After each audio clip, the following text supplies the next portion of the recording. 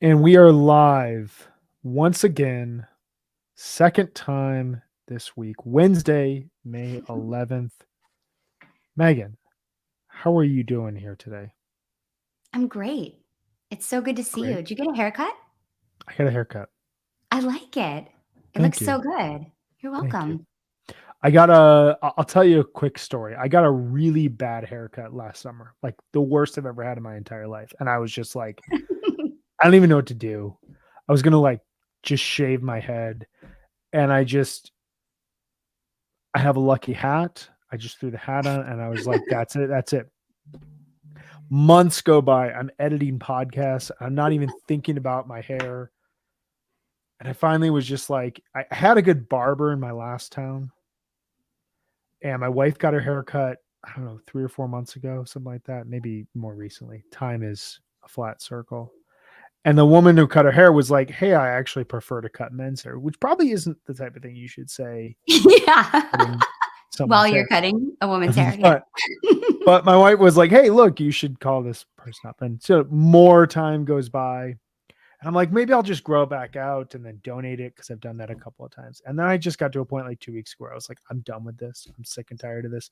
And it all peaked with I was interviewing, not to name drop so early on the podcast, but I mean, I was do interviewing it. Joel Clemens, and he commented on how he had just gotten a haircut. He was looking great. And I was like, I'm about to get a haircut. He was like, yeah, you probably should. You've got this like 1991 Jerry Seinfeld thing going. And I was like, that is not Ouch. how I saw it. But apparently, so listeners out there can vote if I had a 1991 Jerry Seinfeld thing going. But I figured, now I don't have to wear a hat every day, which is nice. I can look like a proper adult. So Well, it looks good. And, thank you. I shaved my head once too, Brian. Did you? Yes. That's how I got rid of my dreadlocks. That's of course, that's how it works. Yeah. I mean, I tried to cut them out. Actually, my friend kind of brushed it a little bit and cut them, but then I had this very not good. I thought I could do like Winona Ryder a la Reality Bites, but it Mm-mm. ended up not looking like that at all. So then I just shaved it. My parents were horrified, but it How was old kind were of a you? cool look. I was 19. That's a good age to do something like Mhm. that. Yeah. I It's feel like very you could pull that liberating. off. Yeah. I totally bicked my head when I was traveling around Southeast Asia, and it was perfect. It was very hot out. I was training for a marathon while traveling around the world, and it was just like I just couldn't deal with hair at that point in time.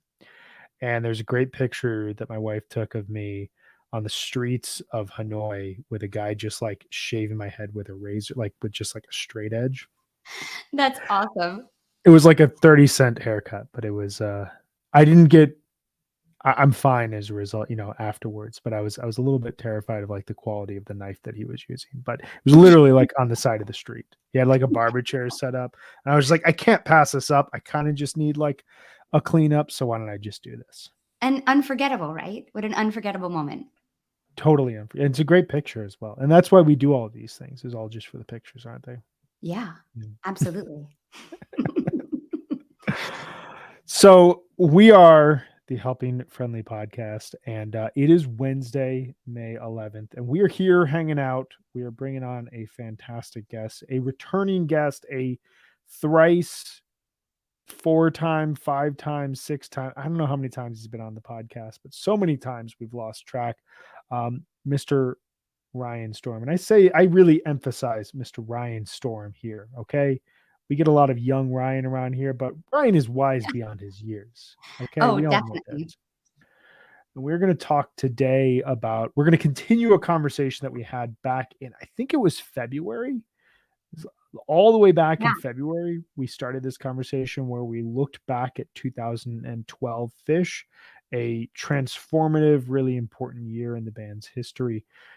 In that episode, we tracked the Worcester, Bonnaroo, Bader, Portsmouth, Cincinnati, Burgettstown, and Blossom shows. So 6/7 through 6/24. In this show, we are going to cover 6/28 through 7/8, which is Deer Creek, Alpine, Jones Beach, and SPAC. 4 multi-night runs where the band I think it's pretty safe to say, like, I love that early part of June 2012, but like this is where improvisation really starts to trickle in. Like there's some great bust outs we're going to talk about, but like the surprise song selections stop being like the real focus of some of these shows. There's a lot of flow here. I don't know. I'm really excited to dive in. This was a ton of fun to listen to. What do you think? It was so much fun to listen to. I don't go back and listen to a lot of 2012. It was a time that I was just kind of disconnected from the band. I was living abroad. I had really young kids.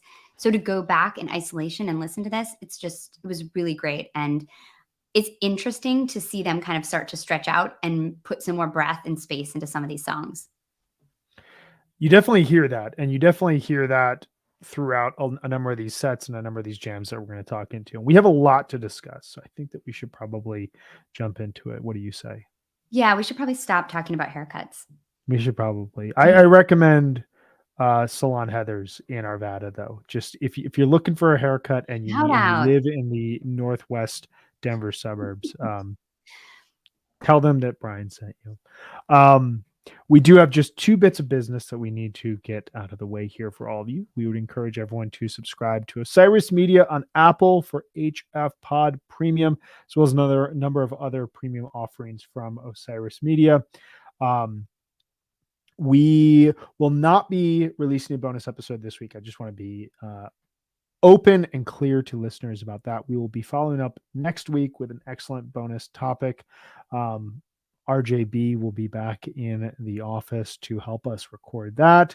But please subscribe to Osiris Media on Apple Podcasts. It's a great way to support what we do. You get a lot of podcasts, including Undermine the day before it's publicly released, as well as you get ad-free content and bonus material. It's great, great stuff. Plus, what a great way to support independent podcasts. We also want to tell you about Sunset Lake CBD, who have a line of smokable hemp products that are for the old deadhead. I don't think we have an old deadhead around at this point in time. No, Jonathan Hart is hanging out at home. Or the young fish fan like Mr. Ryan Storm. All of which, from one age spectrum to the other, are searching for a mellow body high. Smoking CBD has all the benefits of high THC cannabis without the paranoia or the anxious side effects. 9 different strains from this year's harvest. There's something for everyone. You've got Hawaiian Haze. It's awesome for an outdoor show. Lots of outdoor shows coming up. I just saw my first outdoor show of the year last week at Red Rocks, which was fantastic. Oh, Had yeah, some we can talk Hawaiian about Haze that there. at some point. We need to dive deep on that. Waxahachie, man, just unbelievable. What'd you think? Oh my god. Oh, Amazing, right? She covered Dolly Parton, Lucinda Williams, and the Judds, and then played like the majority of St. Cloud plus a few older songs. It was everything that I wanted. I loved St. Cloud. That was like one of the only records I could listen to in spring 2020. And She's magical. so I had some Hawaiian Haze there, which was perfect. I was hanging out with some Perfect. people. I was like, hey, you should try this. You're not going to get too crazy. It's going to be like the perfect mellow buzz for you at this concert. People, you know what they said to me? Do you know what they said to me? What? They said I didn't get too crazy. That was the perfect mellow buzz at a concert. And I was like, exactly. That's how I I sold told you. it.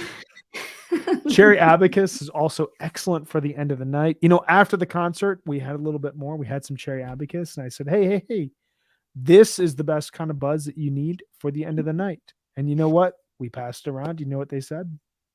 It was? Was it the best buzz for the end of the night? They said, this is the best buzz for the end of the night.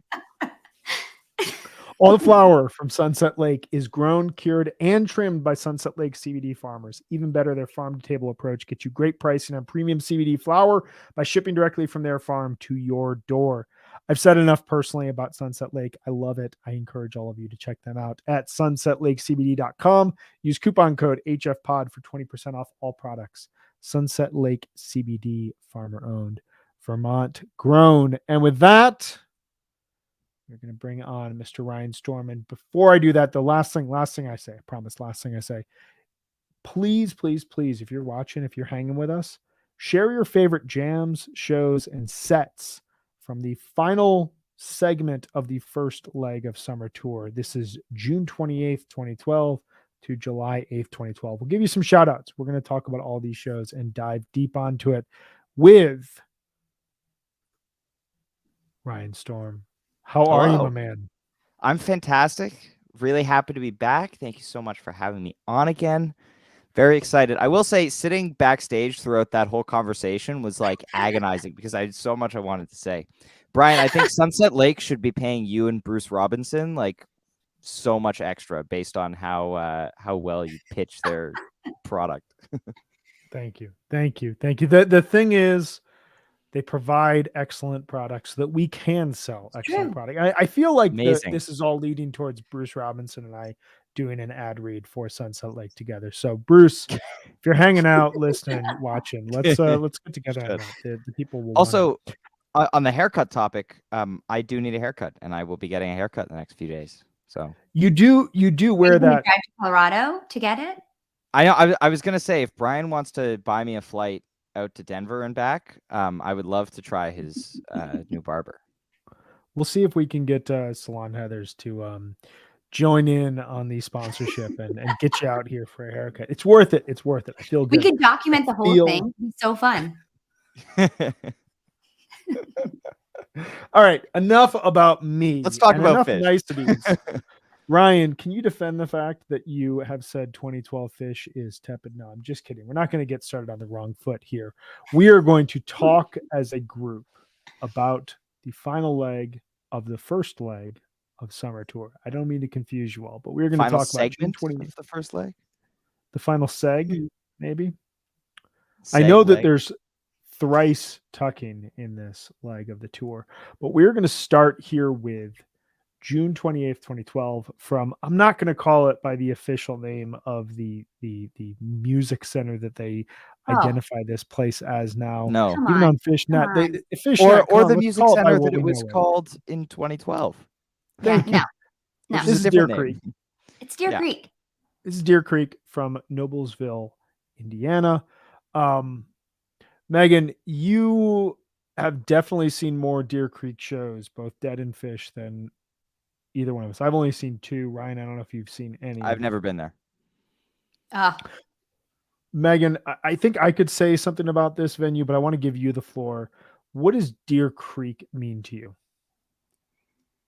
Deer Creek is one of the first outdoor sheds that I ever saw fish in, and it actually is the first. And as a Midwesterner, it's, I haven't been back in a few years, so I don't know what it's like now, but it is, at least in the mid 90s, it was the quintessential Midwestern outdoor shed. It was in the middle of nowhere. There's cornfields everywhere, and it was a place that you had to camp at when you went. And so it just had such a vibe of we set up a whole town, and it's like everybody just kind of moved in, and it became kind of a community in a way that a lot of other venues aren't. So that to me is kind of something I still hold on to, even though I've heard that it's much different now, but I know it still has that feeling of historical reference. I saw some really incredible dead shows there that were just historic and life-changing, honestly. And so for me, this venue is just a magic place, and I feel like Fish and the Dead both play there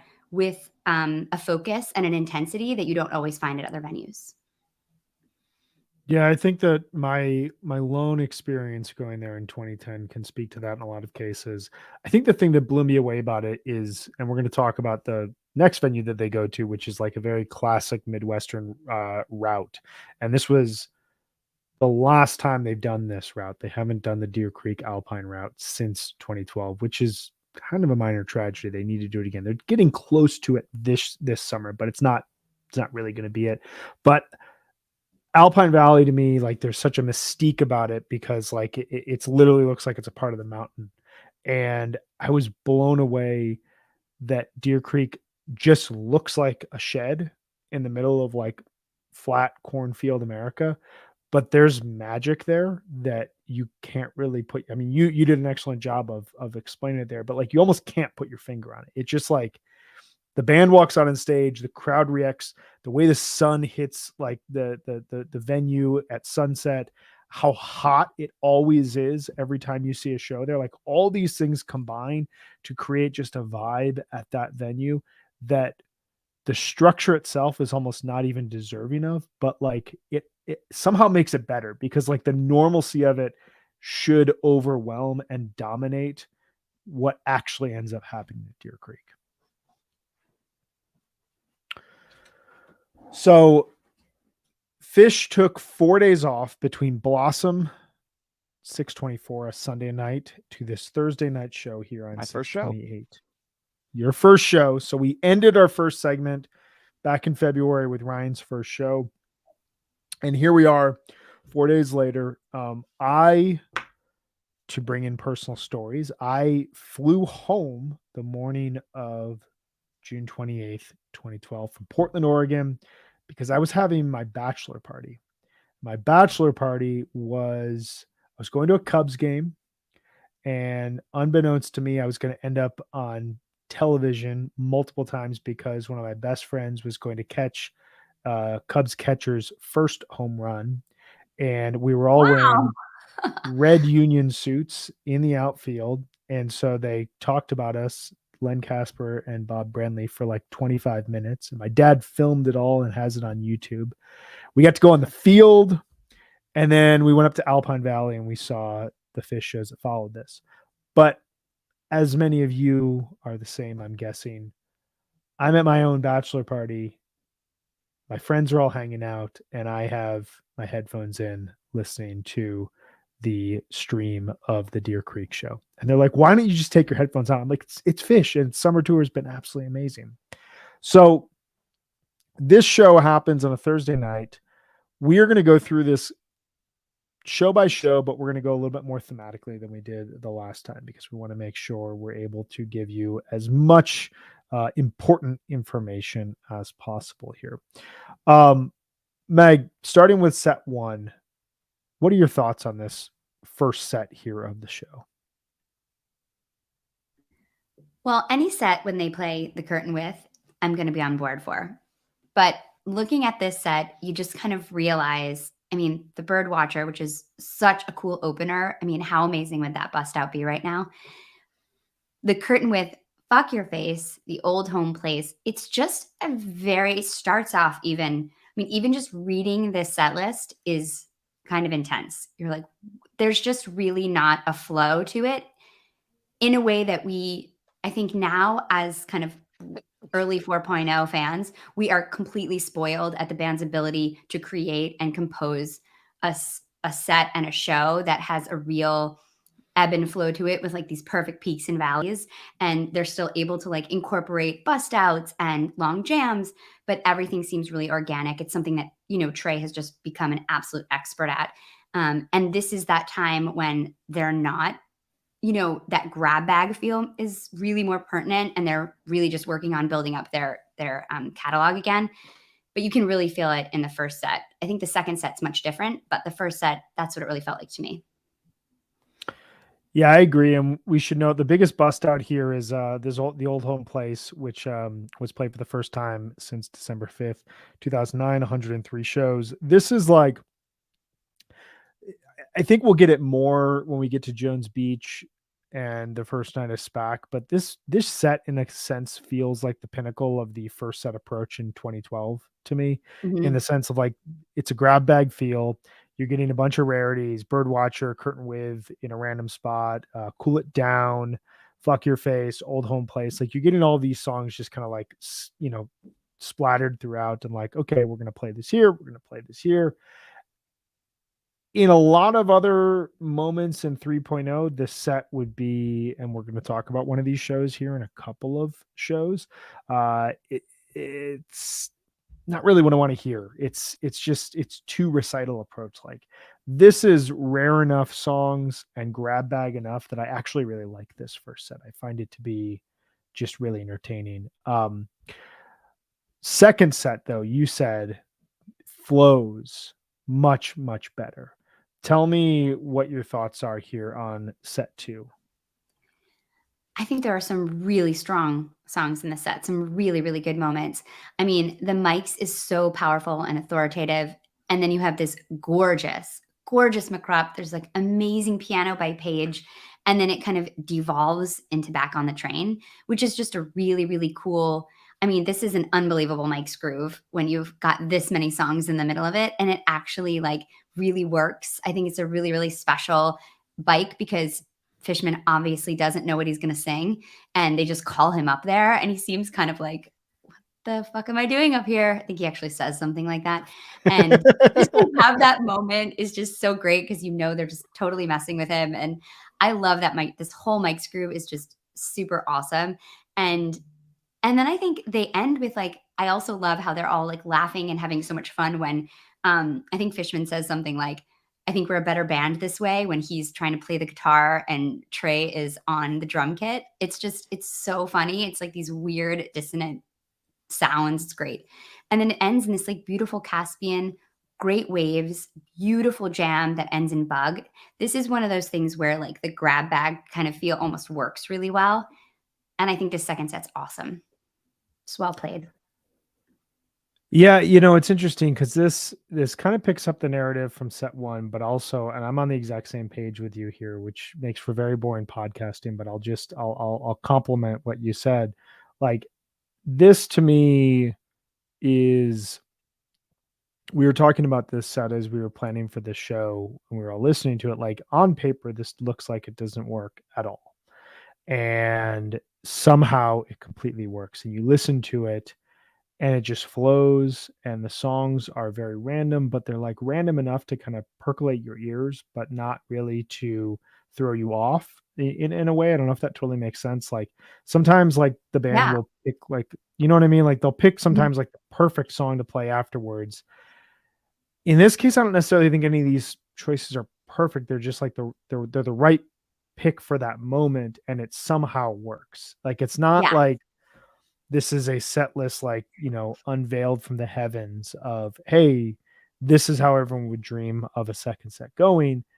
It looks on paper like it could be really herky jerky, but you listen to it and everything moves into each other. And it's because, like you said, McGrupp kind of devolves into this soundscape. Back on the Train devolves into Hold Your Head Up.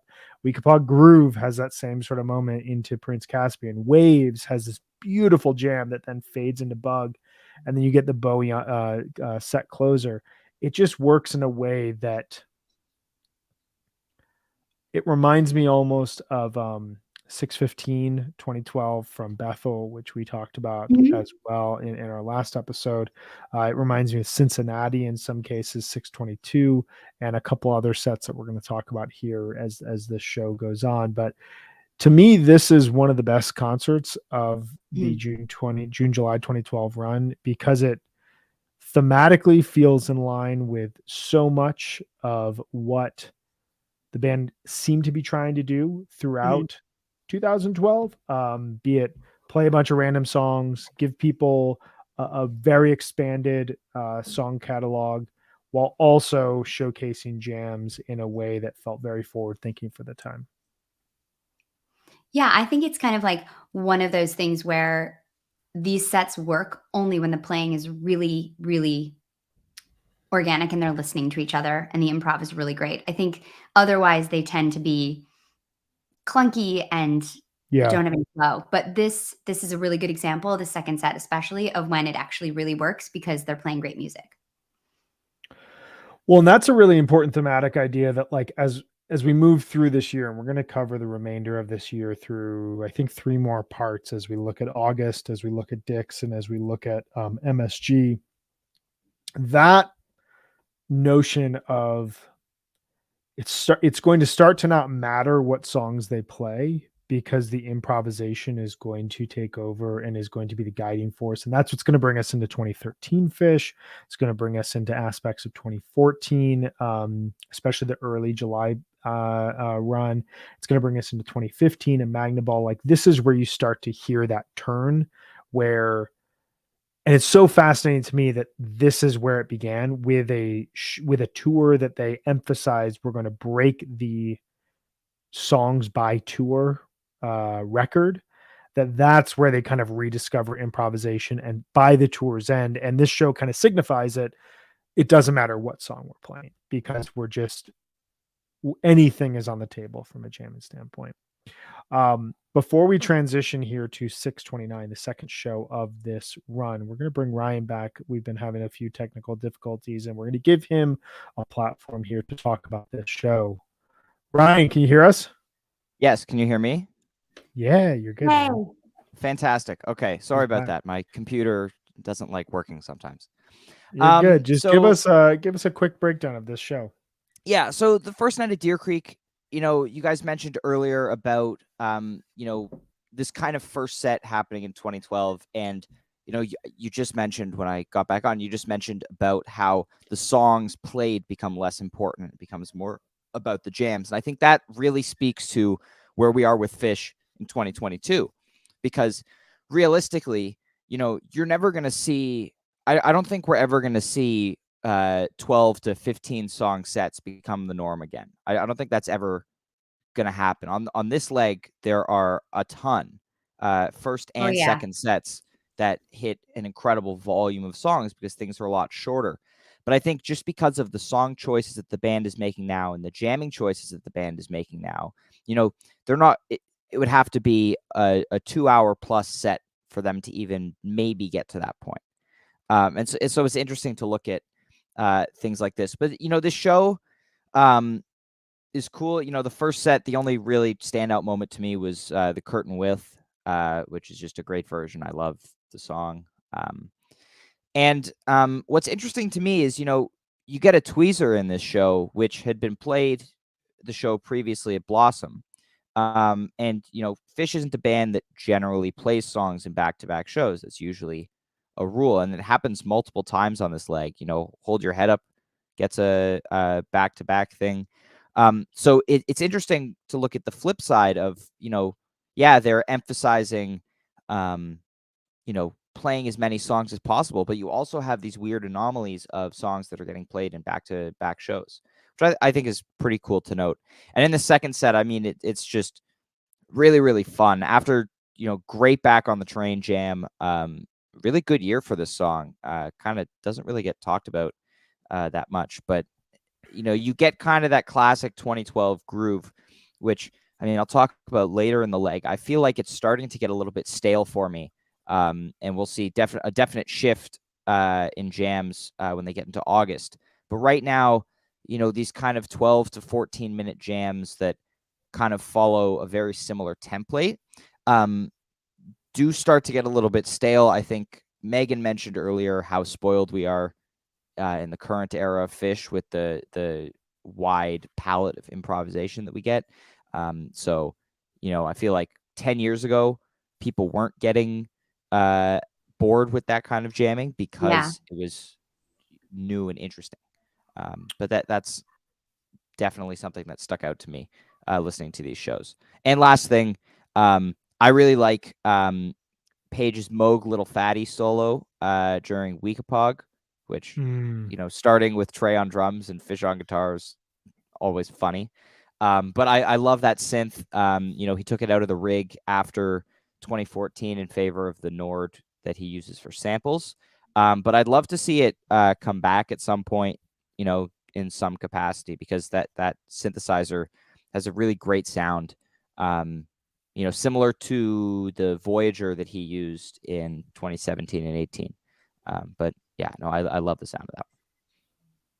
Yeah, that stood out to me too. That was such a cool moment.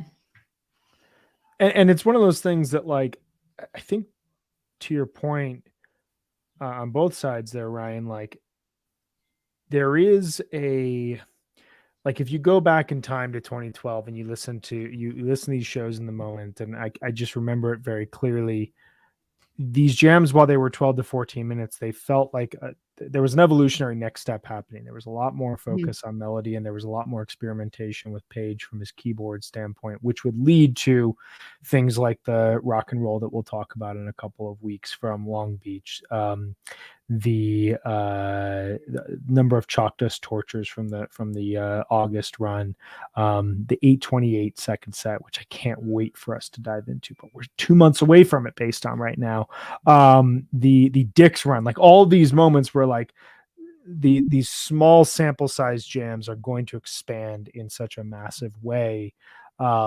but I agree with you. Like it's almost as though at this point in time, they'd reached the limit of we can play a 12-minute long jam and 9 other songs in this set and walk away feeling like we really like took this next step forward. And you're going to hear the songs start to get consolidated and the jams expand a little bit more. Let's move on to the next night, which kind of seems to, it's at least in the first set, follows a very similar approach to what we've been seeing throughout the overall tour.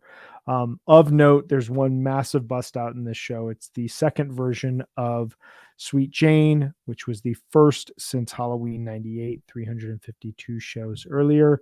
There's a bunch of like songs that are on the periphery of the rotation, like Life on Mars, Mango Song, Big Black Furry Creature from Mars, Dinner and Movie. But Sweet Jane is the biggest bust out before we get into a second set that features a lot more fluidity, a lot of still micro jamming, but some really interesting kind of textures. This show, to me,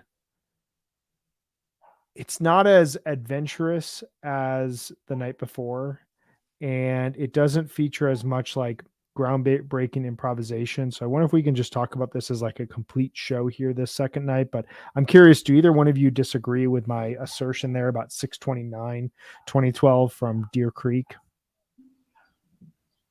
No, I mean, I only had one real highlight, and that's the Down with Disease into Sand. I mean, this jam goes everywhere, starts really, really dark, but then it ends really, really uplifting and positive and ends right into a great sand. So that was kind of my highlight from the show. Yeah, and very solid jam. I really liked the way they segued from Sand into Twist. The way they gradually modulated down until they got to G, which I thought was pretty cool. Not a kind of segue that you see very often. But yeah, otherwise I agree with both you on this. It kind of aligns itself with the Sand from 6/8, which goes Sand into Nelly Kane. Just in the sense that like Sand at this point in the tour and in the year is really kind of focused on finding a groove and figuring out a way for like a quick modulation. And it usually leads into a segue at that point in time. We'll hear it again, not to reference it for a second time, but when we get to the August 28th show from St. Louis, it'll have a similar jamming impact. And the thing that's so wild about it is that there's a version that we're going to talk about later this summer from Dick's that is one of the most stunning takes on Sand ever, and it combines this really moody, patient jamming that when it modulates within a jam and expands within a jam. And it's almost going to be taking the lessons of these types of earlier Sands from the year, where they're shorter, they emphasize a modulation and then a segue in a way that you couldn't expect at this point in time. It kind of serves as a purpose of like, when you see Sand written on a set list right now, it's almost like a musical carrot that's just like moving us forward at this point in time. But I agree with you guys. Disease, Sand, Twist are the highlights of this overall show. Although it is cool that, the second set, you look at the fourth quarter and you've got a Gin and a Fluffhead, Ride Captain Ride, yet another periphery rotation song into Run Like an Antelope, and then the encore, you've got Cavern, Sanity, and First Tube. So another theme of this leg of the run is unique song pairings. Like, we're going to play a lot of songs, but when we play a lot of songs, they're going to be really cool songs that you get to hear, which I think is a strong approach for this point in time. Because if you look at 2011 set list, they did not contain as much kind of unique song pairings as you get here in 2012. I think that was a really smart way for them to stay super engaged and not feel like they were just becoming a novelty act. I think that's a really good point, especially like they hadn't written a new album since Joy. Not a lot of, like, we don't really have any debuts in 2012. We have Steam from 2011 that's still relatively new, but we're a year and a half away basically from Wingsuit, which is going to be the first new dump of songs. What better way to say we're still working at this and we're still chipping away, even though we're looking backwards in a lot of cases, than to say we're opening the floodgates, anything's on the table for this tour. And if we like playing a song in a slot, it kind of doesn't matter. We're just going to play it because we're having fun with the song catalog. We're learning these songs again backstage. Like, you almost have to imagine as this tour is going along, there's a lot of playing at sound check. There's a lot of playing in their downtime where they're like, hey, do you remember this song? Hey, can we all play it? And then they play it. And they're like, cool, we're playing it tonight. Done. And there's that like very loose approach. Totally. I would think there would have to have been, which is kind of exciting and also just shows a willingness of them to keep evolving, even when that means kind of looking back in the catalog. Yeah, and it's just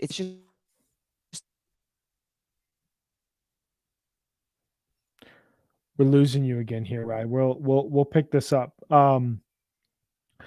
One thing to this whole point that we're making about like just how much fun this all is I remember reading during this period in time that this was the most fun that the band was having on stage since the summer of '98 tour, which was that Summer of Covers tour. Yeah. Which is such a fascinating tour. And if you think about like Phish history between that tour and June 2012, it's a lot of darkness. And then like a lot of like growing back to where they would be by the end of the summer. And that sort of like, it's 14 years in between this very idyllic, bright, fun summer where like all these cover songs are thrown in. I always get that vibe whenever I listen to this tour. It's got a lot of similarities to that. Yeah, and you can hear that on stage with their banter and with their playfulness. And I think that is definitely something they were working to get back to and kind of rebuild those bonds together too. And I think that really shows. Totally. Totally agree. We're just in agreement on this tour. Let's just say we like these shows. We like these jams. Let's jump into June 30th here, the first night in Alpine Valley. So Alpine Valley is a favorite venue for me. One of my favorite places to see. I've only ever seen Phish, though. I've never seen another show there. And it's kind of like Dick's Sporting Goods for me that like I just don't think I can see another band at Alpine Valley. Yeah. It's just not going to happen. I should say I saw Tab, so technically another band. Okay, well then you're really diversified there, so it's good. Yeah, I know. My family's like, you see lots of bands, right? I'm like, pretty much just Phish adjacent bands, but no, it's not true. I see a lot of music, but yeah, it's like, no, I see Trey's other band. It's fine. I see all kinds of different music. He plays different songs that they don't play with Phish. I get it. You know? Horns. Right. So there was a stretch. Well, so the first time I saw a show at Alpine Valley was July 2001. And then I saw Phish in July 2003. I missed June 2004 because I decided to spend the summer in the town I went to college in, which was a really good decision. And then I went to Coventry. And then I saw them June 2009, August 2010, and then they come back in July 2012. And I had to go see these shows. And this is, like I said, this was my bachelor party, which was the greatest. I got to go to a Cubs game and then I got to go to Phish shows. Like nothing could be better for me. I mean, that's pretty solid. That's the combo right there. That's the weekend. Yeah. So did you saw all these shows, these Alpine shows? I saw these two shows. Yeah. The two Alpine shows. And, I remember the weather was absolutely amazing. It was like cool, just like late June, like idyllic, beautiful Midwestern nights. It was incredible. I mean, you know, you're from Michigan. You know, like when it's perfect summer in the Midwest, like there's almost nothing like it. It's the best. And this is a dream venue for me. And I thought I was going to make it happen this summer, but it's not in the cards, I don't think. But this is definitely on my list. I can't wait to go to Alpine. As a Midwesterner, it's almost like sacrilegious that I haven't been there. Almost sacrilegious. I'll to get to Deer Creek, but I agree. It's there you go. So we both have those. Yeah.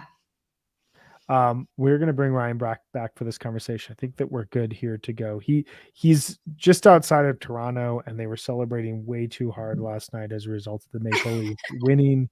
And so they didn't even win the series yet, and the internet is down up across Ontario. You okay? People get excited. Yeah, my computer seemed to be overheating a little bit, but I think everything is fine now. I hope the feed is good. It was just the adapter was being weird and the mic was being weird, but I think we're good now. So You're all good. Move that mic back a little bit closer so he can hear you. But otherwise than that, you're good. You're great. oh, is this on now? Yeah, now you're on. Oh, there we go. Okay. This is live TV, folks. We're making it work. International television. International television. There we go. All right. So Alpine Valley, we can talk quickly about night one because night two, I think, is where the magic's really at. But this night, to me, I think the beauty of this show is that it mixed up a lot of aspects of the summer tour in a lot of like vignette type of ways, in a way that like you had these kind of couplets of ideas throughout the overall set and the overall show, rather than having like one unified idea. So you have this like cool opening segment that kind of peaks with Let It Loose and Reba. You have this high energy end to the first set. And then in the second set, you have these like Carini Wilson, Golden Age rock, or 2001. And then this rock and roll steam Piper. And then this like triumphant ending. It's not like the greatest Fish by any means. It's just kind of like, it's a fun Fish show. And the second set does work as like a re-listen. But Ryan, what are your thoughts on this? Yeah, I agree with you there. I think this show is definitely a step down from the previous few. I think in most years of 3.0, until really fall 2021, if you have a run of really good shows, you can kind of expect that there's going to be a dud somewhere in the middle. The band, has been pushing themselves for a bunch of nights, and there's usually going to be, kind of a lower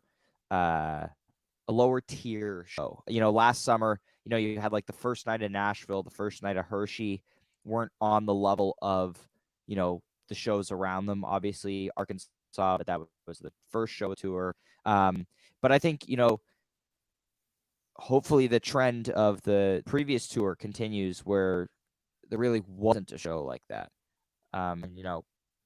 Getting a little off topic there, but this show kind of acts as that lull. I think it was bound to happen during this but yeah, there's still a couple of really interesting minutes of jamming and rock and roll. More of that classic 2012 groove. Yeah. I like the Golden Age. I think it's funky. It's got like a nice kind of rhythm groove to it, and it ends in like a pretty good 2001. I like that. Also fun to hear like this Stone song that they don't play very often, Let It Loose. But yeah. Mm-hmm. That's probably my, like, the Let It Loose and Reba are probably my highlights of the show. And I remember like being there, being just thrilled they were playing Let It Loose. They'd played it twice before, the obviously the Festival 8 performance, but then at UIC the year before that. And then to get it here, it added to, I'd been following this tour from home pretty extensively for the previous 3 weeks, and kind of knew what I was getting into going to the show, and knew like, oh man, I'm going to hear some rare songs. I'm going to hear some cool jamming. Like, this is going to be, it was the most consistent Fish I was going to see for the first time in my entire, Fish going life at that point, because it had been either early 3.0 where it was really hit or miss, or it had been 2.0 where you were just kind of going into the darkness with the band. This was the first time where I was like, I'm going to get like a, real Fish vibe to these shows in kind of the classic way that like I'd grown up listening to Fish. And to get those two songs back to back midway through the first set was just, plus, and I'm really going to like out myself here, but like a mid first set Ocelot on a lawn, just like, oh, so good. So good. Perfect summer set like song. the sun is setting. Yeah. It's one of those songs like Jaboo where like a breeze inexplicably happens. Completely. You nailed it, Ryan. That's exactly right. Yeah. Completely agree. It feels like a Dead song that they would play in the middle of the first set, and it's just like, I'm so into it. So This show, it's a fun show. It's kind of one of those shows that happen every so often on a tour where I'm going to use this word lightly, so nobody come and attack me, but it doesn't have a lot of meaning. It's just like it's a show. It's good. It's just there. It's fun. I'm glad it happened. It's better than not a Fish show, but the next night, 7-1. This is a show. This is a great show. That's an incendiary show.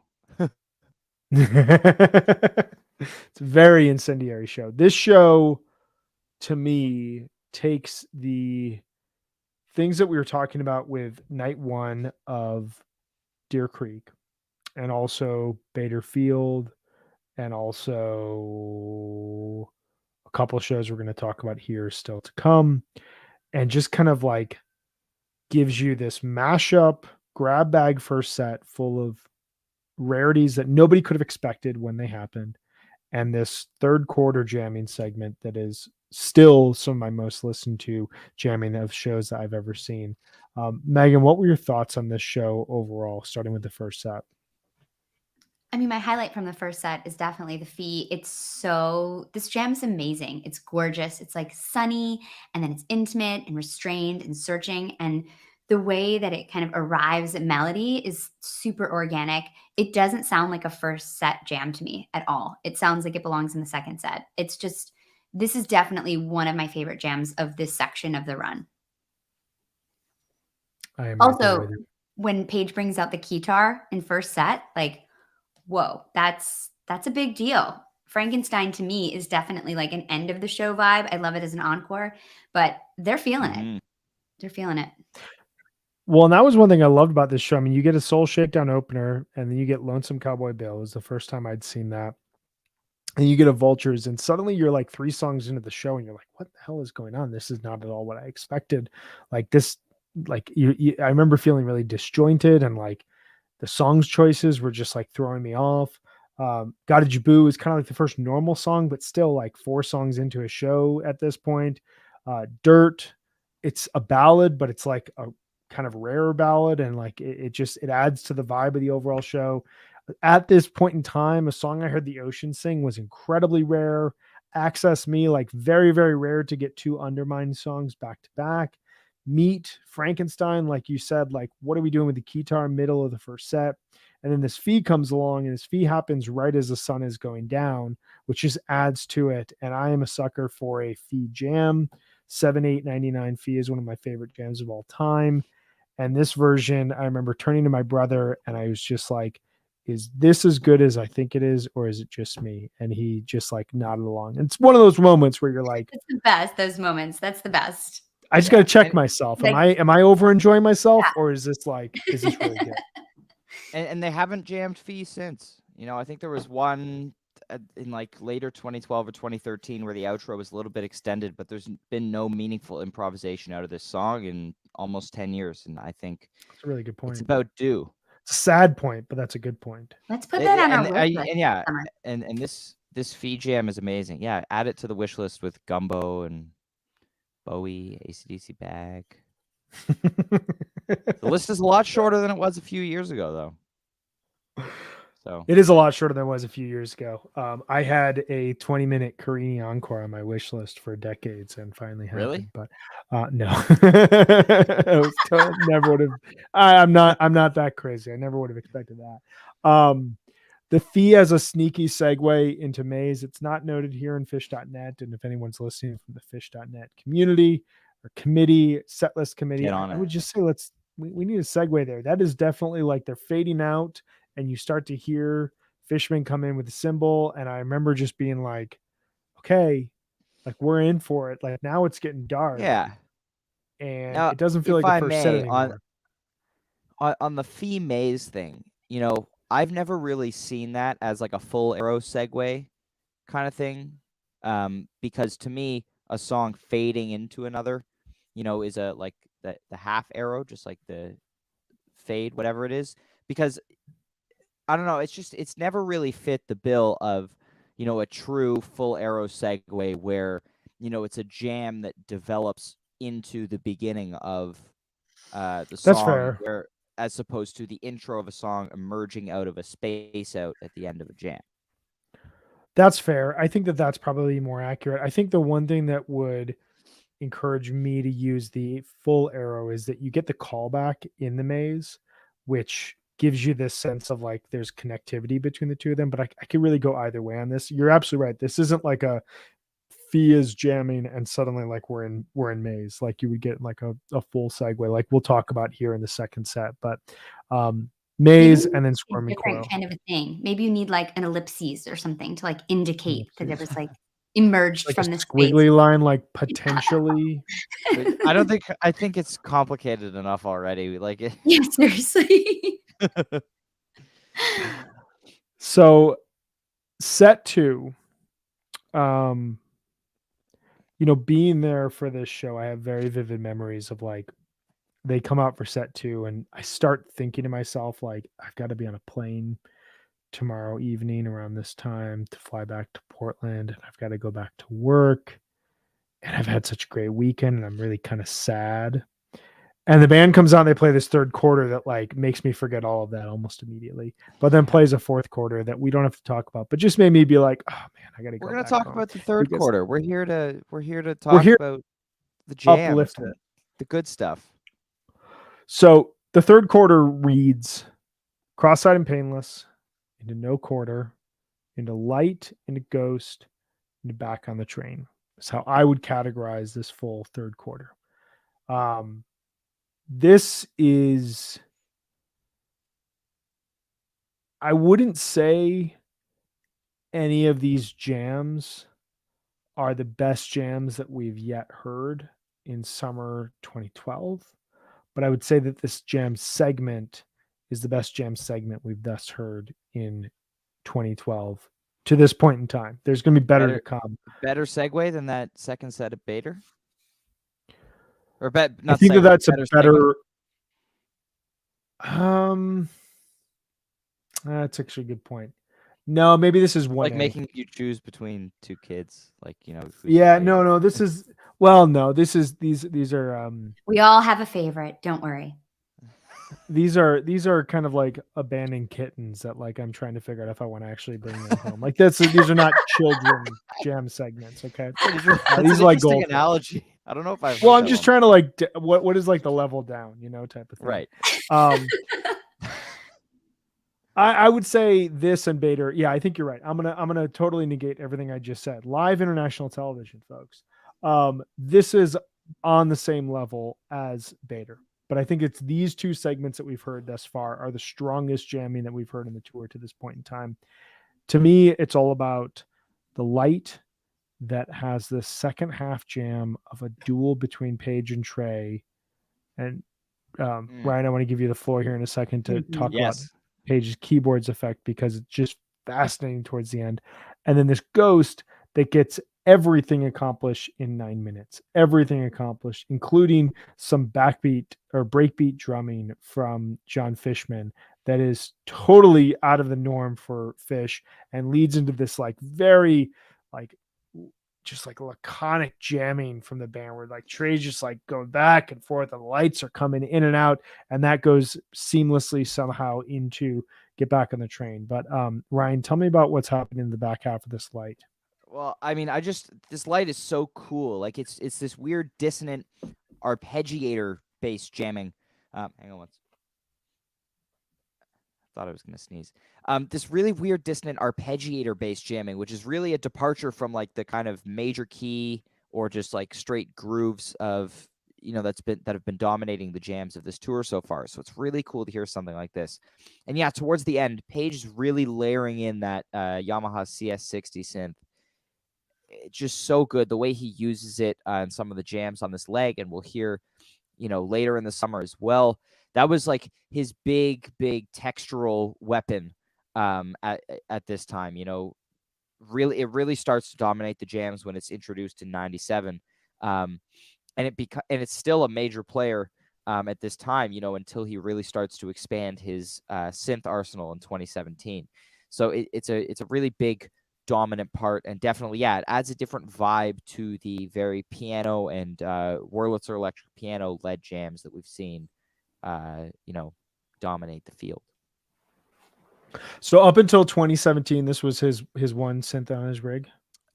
Besides Wow. the little fatty that I mentioned earlier, Yeah. but the little fatty doesn't work in the same way. The little fatty's what's called a monophonic synthesizer. So actually, you can watch Paige's rig rundown video that is on YouTube is from this tour. Oh, you're right. Yeah. So Oh, they cool. did he and Trey both did summer 2012 rig rundown. So he talks about it, but the little fatty monophonic, meaning it can only play one note at a time. So if you play a Mhm. chord on it, the only sound that will come out is whichever note you pressed first. So with the CS60, it's polyphonic, which means you can play, I think in his video he mentions you can play up to 10 keys at the same time. But so that has the full chordal effect and these big sweeping synth swells. Good alliteration. But it has a much stronger presence, and again, texturally, it has a much stronger presence than the more lead-based fatty, which I don't think Paige ever really figured out the right situations to use the fatty in jams. You know, it pops up here and there. I know I really love it during the 12/29/13 Carini. Sounds great in there. But for the most part, his synth playing at this time was on the CS60. Got it. Thank you. That's helpful. Megan, what pleasure. were your thoughts on this this light and this ghost and this second set here?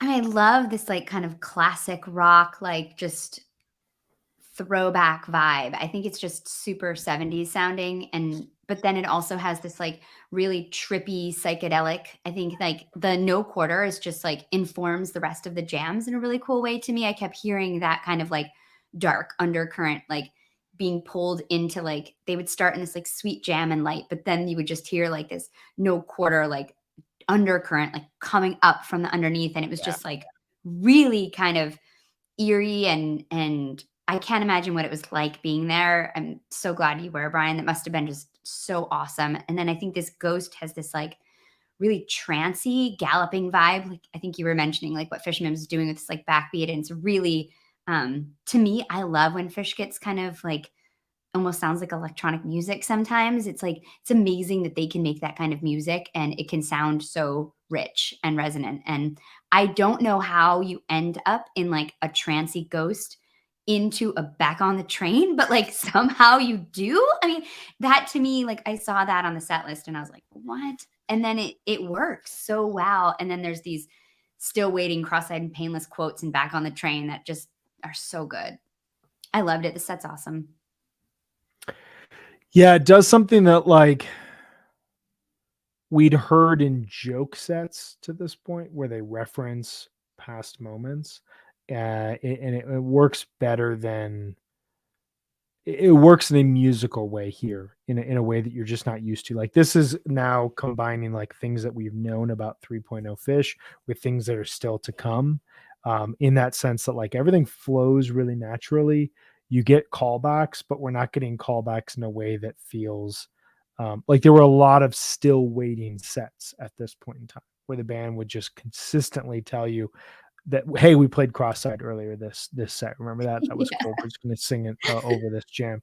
This has that, but in a way that works and in a way that adds to the overall jam. So, yeah. Do we have anything else we want to say about this show? I love this show. I still love it to this day, but I want to give you guys the floor if you have 20 more minutes that you want to talk about it. If not, we can move on. Not quite 20. I just want to, one last thing about the cross-eyed thing. This was still, you mentioned like this kind of thing was still very much a novelty. Nowadays when they play cross-eyed, we pretty much know that they're going to come back to it again later in the set. This was still when it was not so much of a common occurrence. And I mean, this wouldn't be the last time they did this in 2012, but I think that cross-eyed, return to the song, the Still Waiting teases really starts to permeate the set lists in 2013, 2014. If memory serves. So this was still a new and exciting thing when it was happening. So let's jump into the next night, which is 7/3/2012. First night at Jones Beach.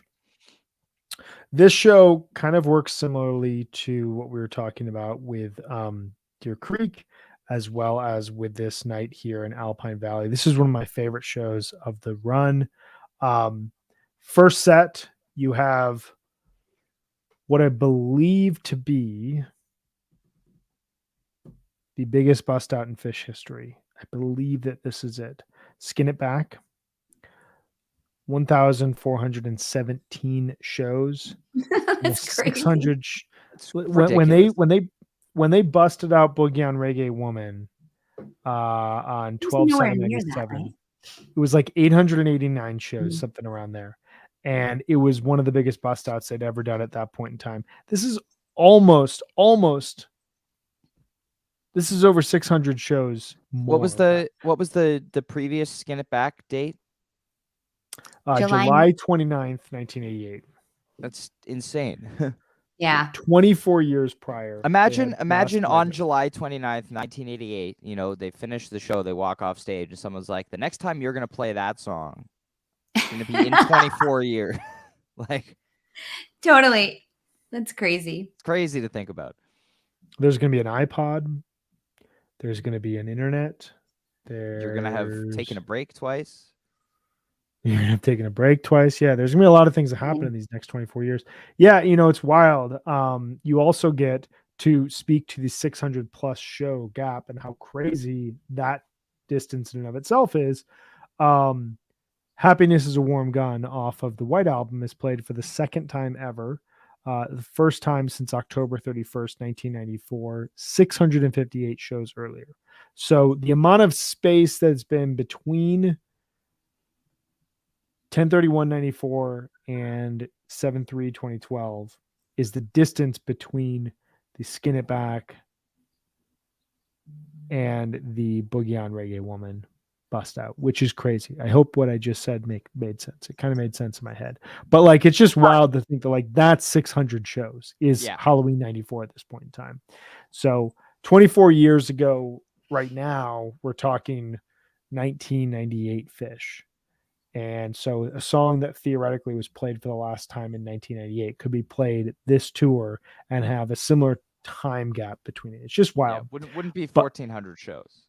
It would not be 1,400 shows. It'd be far less. I don't even think it'd be 600 shows. Aside from these bust outs, like this first set's really fun. It's fine. It doesn't blow me away. What are you guys' thoughts on it?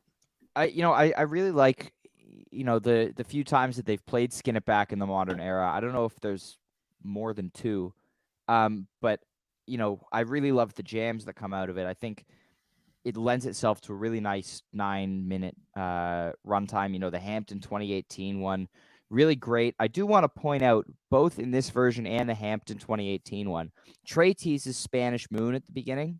He plays that kind of ba ba ba, which is not part of Skin It Back. The songs start in pretty much the same way. They're in the same key, which is we're Little Feat, like, can we write two songs that are basically the same and get away with it? And they did. But Phish.net, that's not noted. And I've been trying for a few years. So if anyone's listening, Ryan has thoughts. They always listen to us, Ryan. So you're in good company. They're listening right now. Good. There have been 3 Skin It Backs since this date. 8/22/2012, 8/11/2015, as well as 10/21/2018. But still a rarity. It hasn't been played in 4 years at this point in time.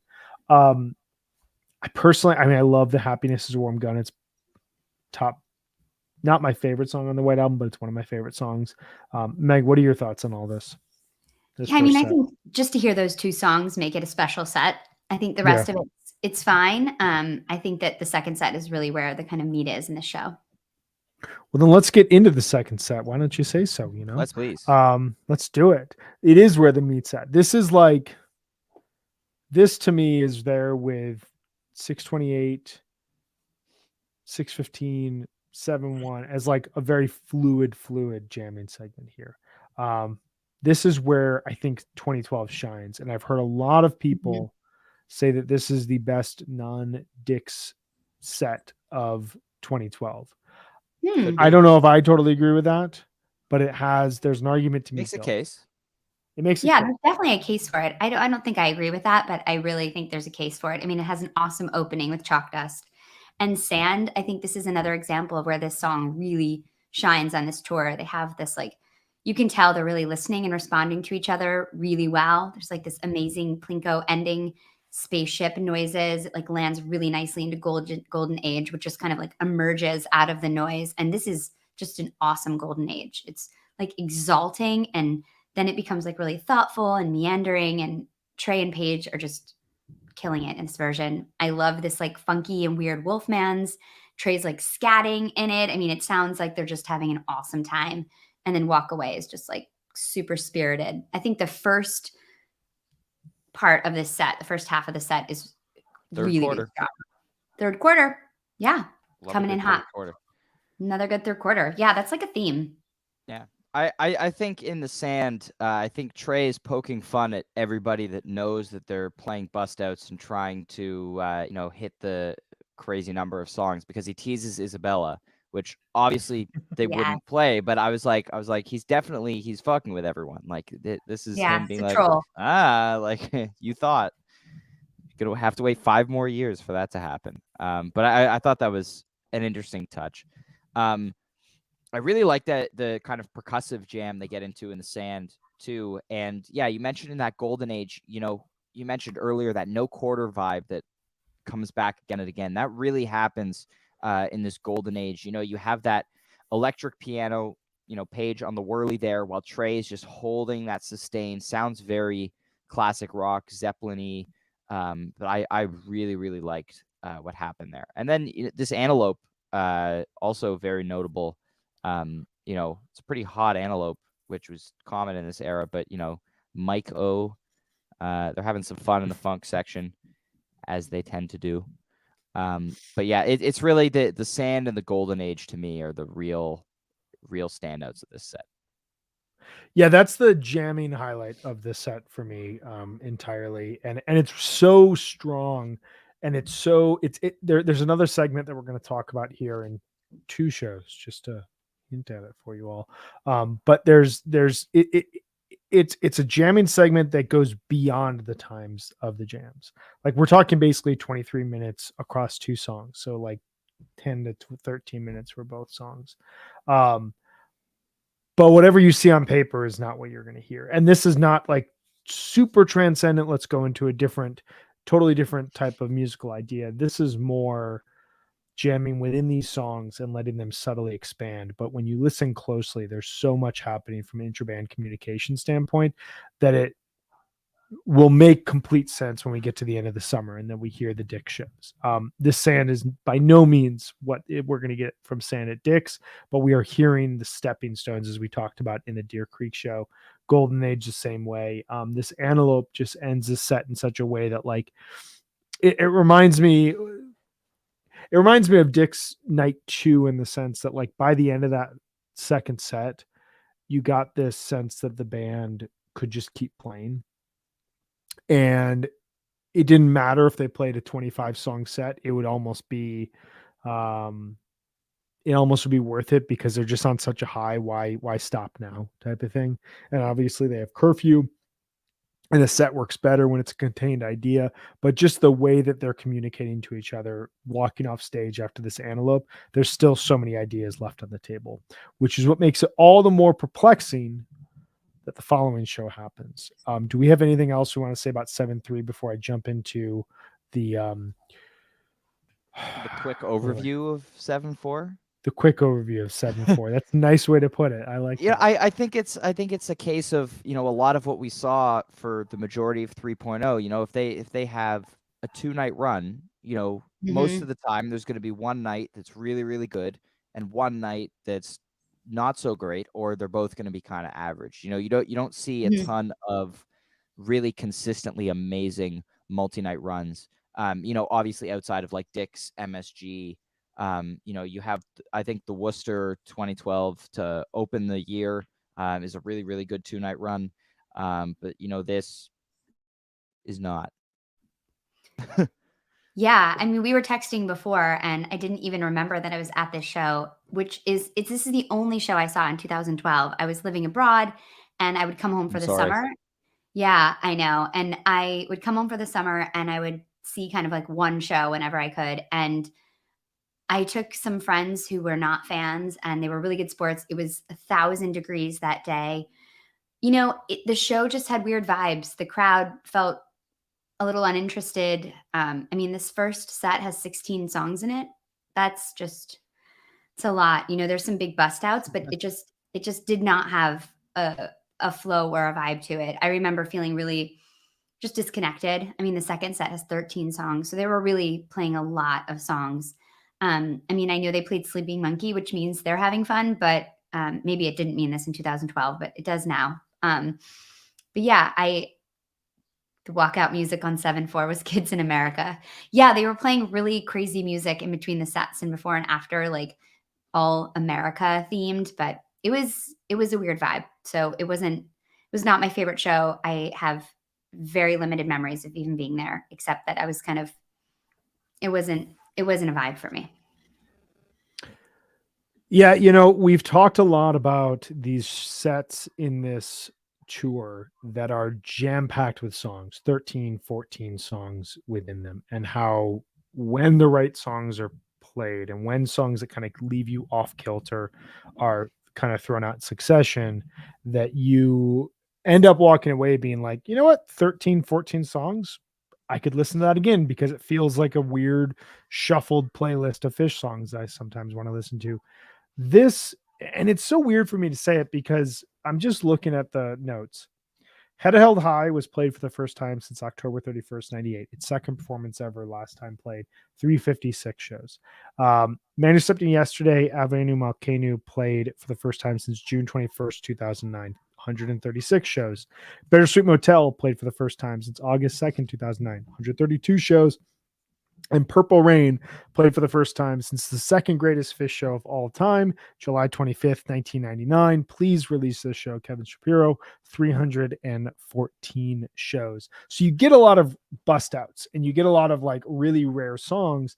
You open with Alumni, Letter to Jimmy Page, Alumni Blues, go to Head Held High, Manuscripting Yesterday. A great opener. Like that should be a great opener. That's how they opened 12/29/18. It was amazing. Or 12/30/18. I mean, that should be a good opener.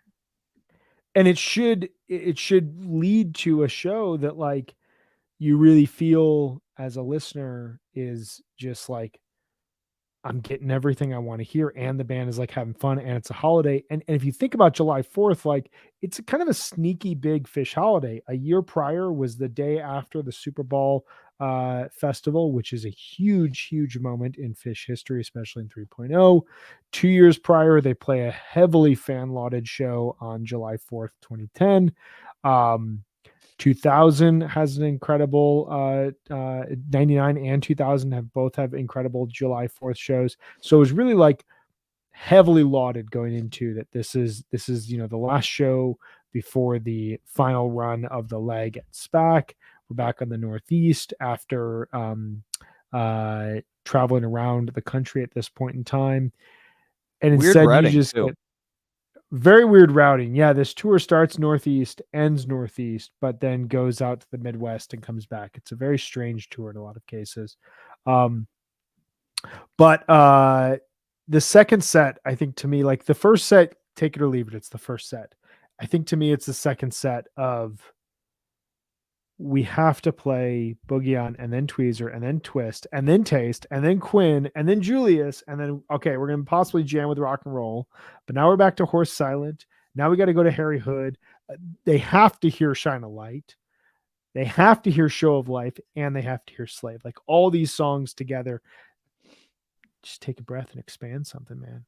You know what I Yeah, mean? and it's so many of the songs that I just absolutely love to hear. But I mean, Purple All Rain is together. row back to the mid 90s, but it just doesn't work. Yeah. So this doesn't work. We can't fix it. We can't go back in time and fix it, guys. So we're just going to move on. And I'm going to completely, we're going to go to SPAC. But everything's going to be better. Everything's going to be better. I'm going to completely contradict myself here. Okay. You guys ready to watch this happen? Yeah. I like to do this. So this first set has almost as many songs in it as the first set on July 4th. And I think it's an incredible first set. Yeah, but that, the number of songs in the first set, especially in this era, rarely has that much of a bearing on the quality of the set. It's about what songs are True. played and what they do Yeah. with them. I'll say this Psycho Killer tube is my God. really, really fun. I think it would sound a lot better if they played it now, because the tube would probably have some jamming in it in addition to the Psycho Killer. But yeah, then you get another back-to-back play of, you get Hold Your Head Up back-to-back shows. I would say they were allowed to, 7/4 doesn't need to count. But this Hold Your Head Up is fun. They've got the Psycho Killer quotes in it. You've got more tucking again, like, the gags are popping up over and over again. They're sticking with them. They're having so much fun on stage on this tour. I thought it was really cool. And then Light Up or Leave Me Alone. I love this cover. I believe this is the last time they played it. Can they bust it out, please? Because this fits their sound so well. I love Paige's sound. I love, the jam that they get into on it. The jam that they did when they played it at Big Cypress. Like, it's such a great song, and I think it really, really fits Fish's sound. And I think it's a little bit of a waste for them, not to play it for 10 years. I'm right there with that. That would Right be there with that. awesome. I also really want to hear Psycho Killer this summer, so maybe we'll get that.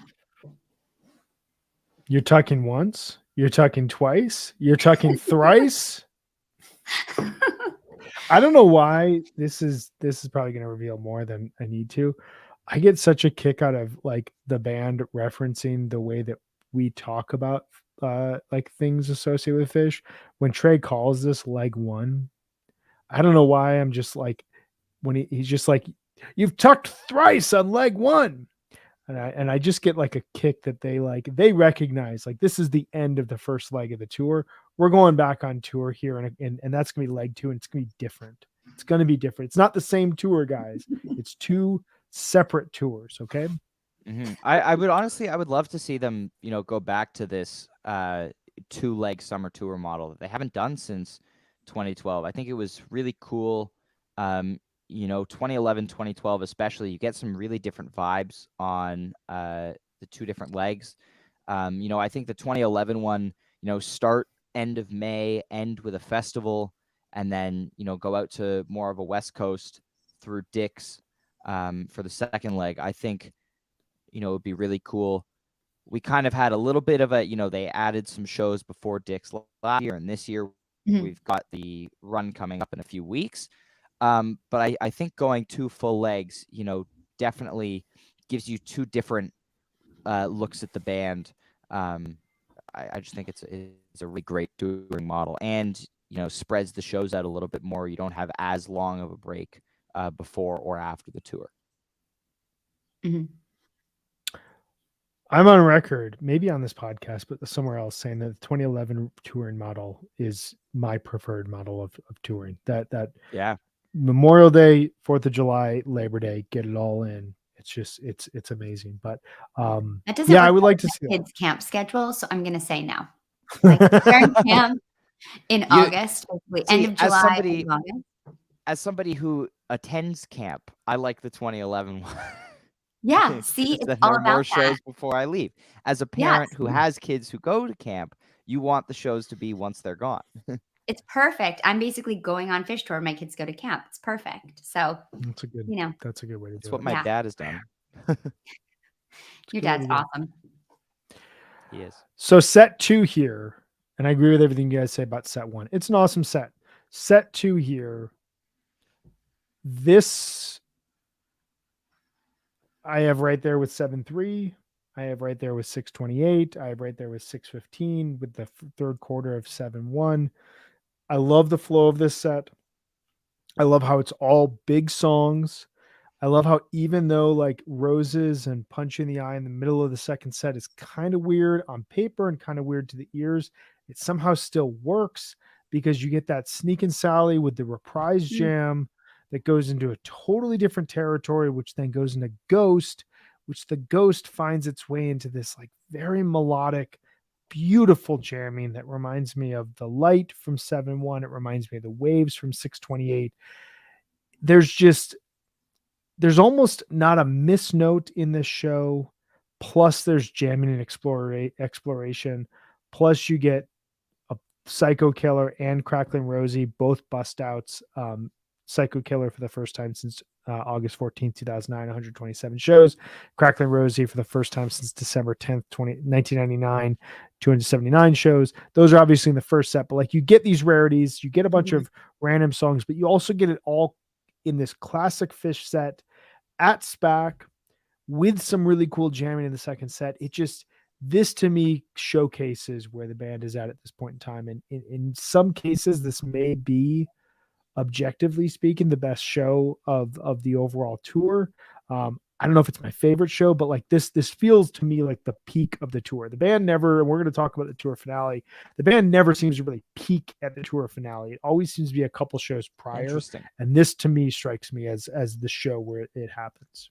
I was just going to say that I I'm saving my favorite show of the tour, or what I think is the best show of the tour, for the last show. So I'm going to disagree with you there, but I'll save my reasoning for when we get there. This set is great. You have more of that kind of Zeppelin-y jamming come back in the Sally, which is a really cool jam, a very rare jammed out version.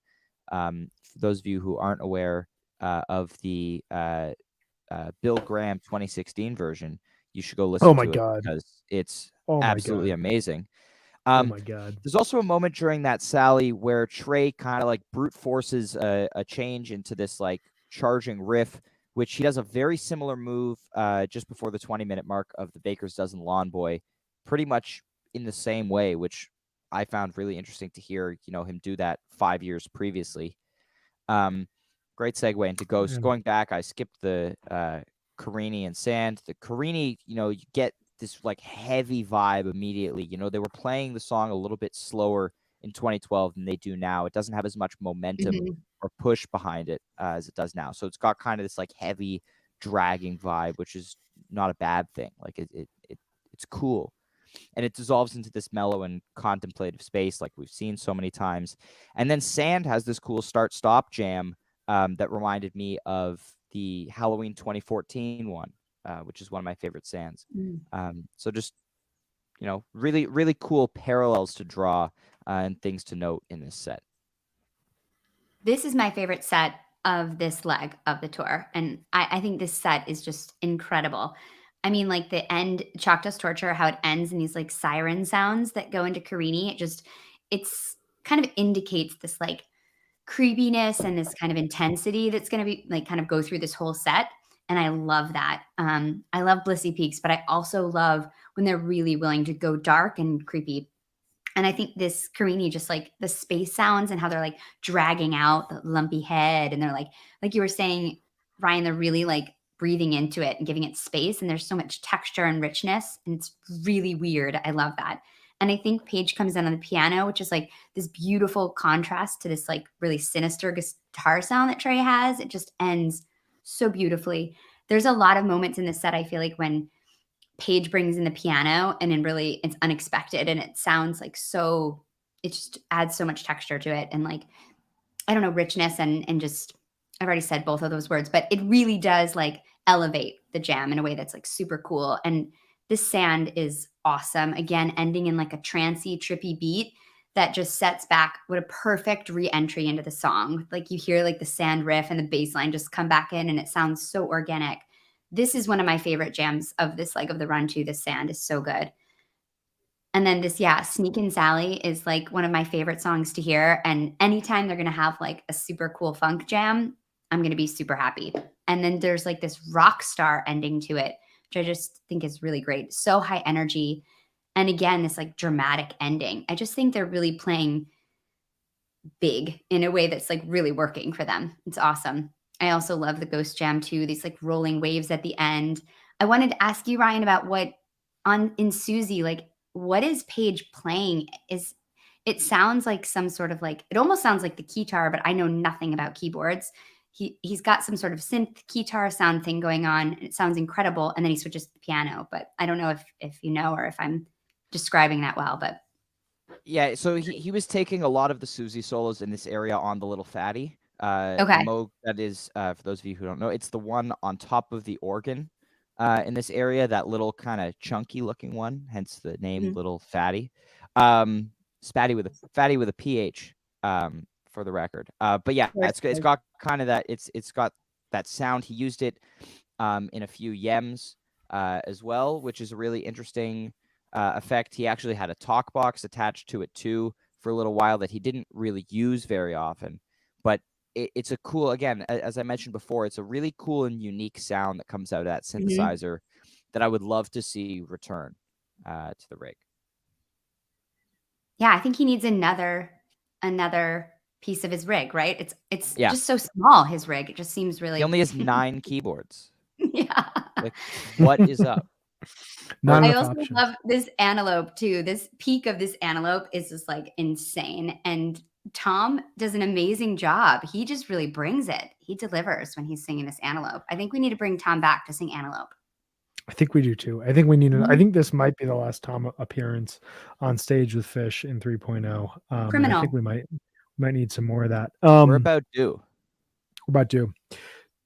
Trey also, I don't know if you guys know this, for one of the only times in Fish history, he is wearing a baseball hat during this set, which is just a little strange. It's a What? backwards green hat. You can hear on the soundboard if you listen as they're walking up on stage before Chalk Dust. There's a and then pictures back this up, but there's a fan who just yells out, "Trey's wearing a hat!" And it's like one of those Brian, ridiculous, it's like the reverse of you. it is. It's like the weird reverse of me. seeing you without a hat. I It's know. weird seeing Trey with a hat. Yeah. It's like, whoa, Trey, what's going on here? Maybe Trey got a bad haircut. It always makes me Mm. laugh because it's like the kind of stalker element of us as Fish fans, where we're like, oh, that's different. You are Yeah. different today. You did not do what you normally do. Totally. It's like when my third graders like, would come in and like anything's amiss. They're like, why is it this way? What's going on? We need to talk about this. Fish fans are very similar, I guess. My daughter like was scared of me yesterday when I came home. Like she was like, I was like talking to her and I was like giving her hugs. And I was like, hey, it's still me. It took her until this morning to recognize that it was actually me. But because of she the was haircut like, or lack of hat? yeah, because both. It was because she's been like, if I didn't have a hat on, she would like put my hat back on my head. And like I didn't have any of it yesterday, and I didn't have any hair. And she was like, who the fuck is this guy? Like, sounds like my dad. Doesn't look like my dad. It's So- Brian 4.0. So we move into the second night of the 3-night run. SPAC, the second 3-night run of the overall.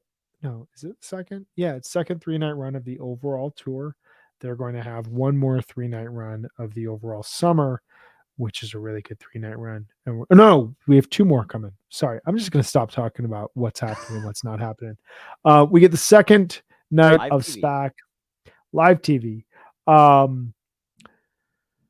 This show was broadcast on Sirius, which this is like before the point where they were webcasting everything. So like you'd get some shows that would be Sirius broadcast to like get you to sign up for Sirius. Now it just like comes in your car. Blister in the Sun played for the first time since July 9th, 1998, 390 shows. We get it in the middle of multiple moments in the second set, most notably in the Down with Disease. This show to me, it's kind of like the stepchild of the overall run, if I could say so. It works. It has the same elements in a lot of cases that make the rest of the run really work, but it's not really a show I return to for a variety of reasons. It kind of flows in a weird way. It doesn't contain the just exactness and perfection of night 1, nor the experimentation of the second set of night 3. Instead, it's kind of just like a Saturday night, really fun show that feels slightly inconsequential. And I think it's okay at this point in the tour. I listened back to it. I really enjoyed the Disease, Blister in the Sun, Down Disease. And it's something I didn't appreciate as much in the moment, but like the Violent Femmes brought Fish out on tour with them when they were touring across Europe. They are a legacy alternative rock, irreverent countercultural band. For the band to kind of take a nod to them at this point in time and bust out their song, but play it again here, it feels special. But that's really the only thoughts I have on this. I don't know if there's anything that you guys discovered about this show that makes me think I should go back and re-listen in full. I think you covered it well. Yeah. I mean, the only thing I want to say is that the first set has 3 of my favorite covers: Torn and Frayed, Cities, and Peaches. Anytime I can hear those songs, I mean, those are just some of my favorite covers. And yeah, I think the Caspian's really pretty. It's really short, but it's really pretty. And I just feel like it's a little bit criminal to play Mike's Contact Weekapog. I'm just saying. And I think Jonathan Hart would back me up on that one. He would totally back me up on that one. It's a very good jinx. Yeah. Yeah. No. Let's go to the final night of this tour. I've got a lot about this show. All right. Good. Well, this one. So somehow this inexplicably made its way onto my iPod in early 2013. So I know this show, or at least parts of this show, better than the majority of this leg because I was listening to it when I was 13. Specifically, a couple of things in the first set. You know, there's a lot that I wasn't paying attention to when I was 13 years old, which shame on me. But you know, it's a good show. Part of being 13. You were already winning, Ryan. Come on, you were already winning in a major way. Thank you. This first set, it's good stuff. Good song selection, good playing. I want to highlight, so that Ryan can't, the organ in Party Time. No, please tell us about the organ. It's the clav in Party Time. The clav, just for the record. Normally, Page takes that first solo on organ. Here, he takes it on clav. It's really, really good. I highly recommend listening to this Party Time. Also, the Split Open and Melt. You know, we take for granted a little bit how good Split Open and Melt is nowadays. In 2012, Split Open and Melt was not nearly on the level that it is right now. You know, this version, though, really has a lot going on in it. And, you know, when I was 13, I listened to this version almost every day, I think. You know, I really fell in love with the song through this version, which, looking back on it, it's like, you know, before I didn't really even have the patience to listen to a 25-minute jam at this point, but I would listen to this Melt and absolutely love what was happening because, you know, it's 11 minutes, but you've got this really, really cool dissonant vibe to it. Really, really strong playing from Trey throughout.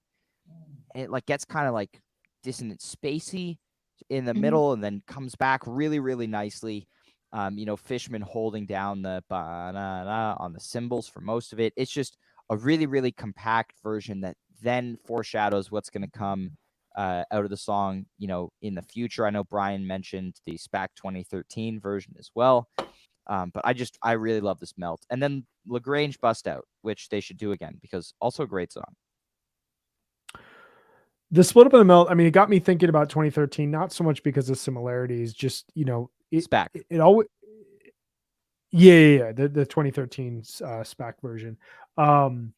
It got me thinking about that run in a sense because there's so much that's about to happen to Fish when they're playing this 2012 run and this tour at this point. I remember this night. I remember listening to a rusty stream, if you will, just like someone's phone, and I was like tuning in, and my wife was like, "Can we like go out to dinner or something?" I was like, no, this guy's got like a good phone connection. Tour closer. It's a tour finale. And wow, we're spoiled now. And I was just like, I was like really sad, I remember, on this night, in the sense of this was the most connected Fish that we had heard since they came back in 2009. Like this 4-week run here was the most connected Fish that we had heard to that point in time. And you didn't know what was going to happen with a break. You just wanted them to keep playing. And then when you think from this point going forward, you know, the second set of the tour opener just over a month later is going to feature a 25-minute jam. That tour is going to end. Sorry. I didn't know anybody listened to 2012 still. Megan. That ends with an incredible that ends with an incredible, I mean, incredible is an understatement, but like a turning point run at Dick's. We're going to have this great New Year's Eve run, and then we're going to lead into this 30th anniversary for the band. And when they come back in July of 2013, they're going to open with, the show in Maine, but then these 3 shows at SPAC.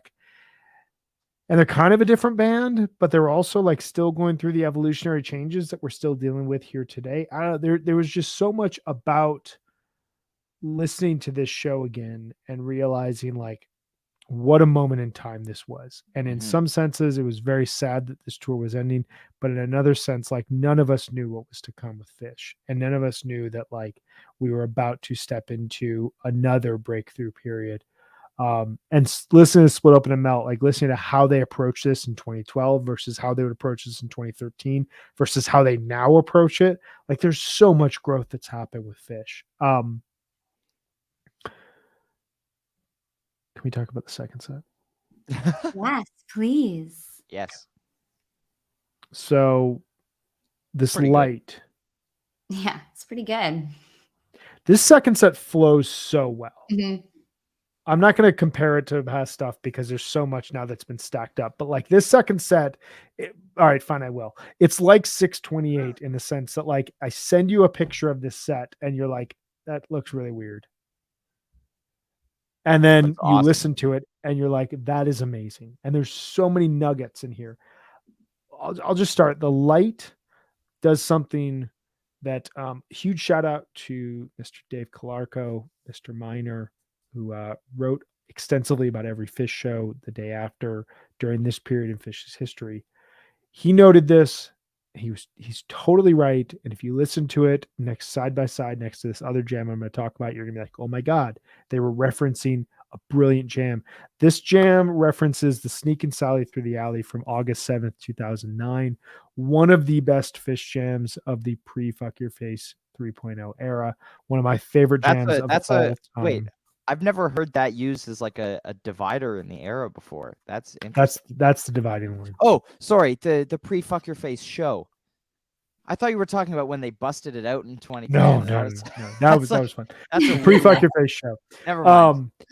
So this they reference, I don't know, this can't be conscious. This is more just like it just happenstance, but they reference the Sneak and Sally Through the Alley from August 7th, 2009, which is one of my favorite shows of all time.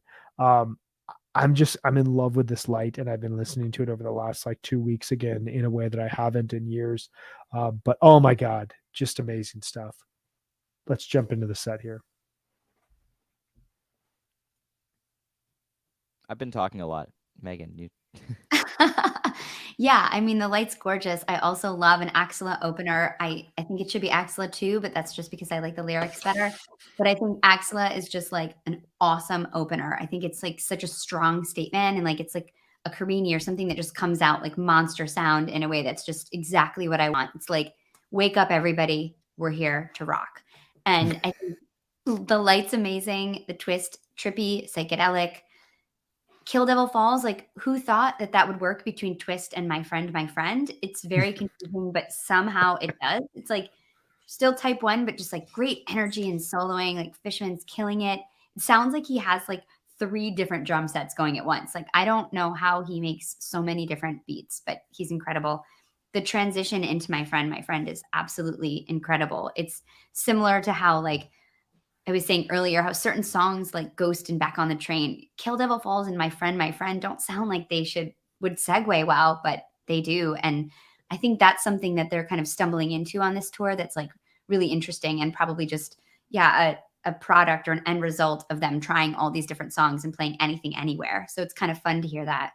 I also really love Swept Away and Steep. I think those are special songs that just hit deep, really, really beautiful. I wish the Piper ended in Kung. I feel like that would have just been like so great, because this Piper is just something else. The end is super trippy and Trey's like yelling over it. It just sounds so cool. I wish it had ended in Kung, but that's all I'm going to say. Yeah, I mean, you covered that really, really well. I think Trey is absolutely the MVP of this set. He is just on fire. Every jam, he's just dominating, pushing. Like his soloing is just incredible. You got a little bit of whale call towards the end of Light. Twist, is really short, but has a really cool, micro jam to it. Trey and Page both, sticking really in the low end and dropping bomb-like phrases. It almost sounds like, like not bass bombs, obviously, because they're on clav and guitar, but they're really playing in that lower register and really making it like giving it that nasty edge, which is really cool. I thought it was Oye Como Va that comes out in Twist, but Fish.net has it notated as Ingata de Vida, so I guess I need to brush up on my teases and differentiating between songs. But yeah, as you mentioned, Kill Level Falls doesn't quite depart the song, but just absolutely relentless jam there.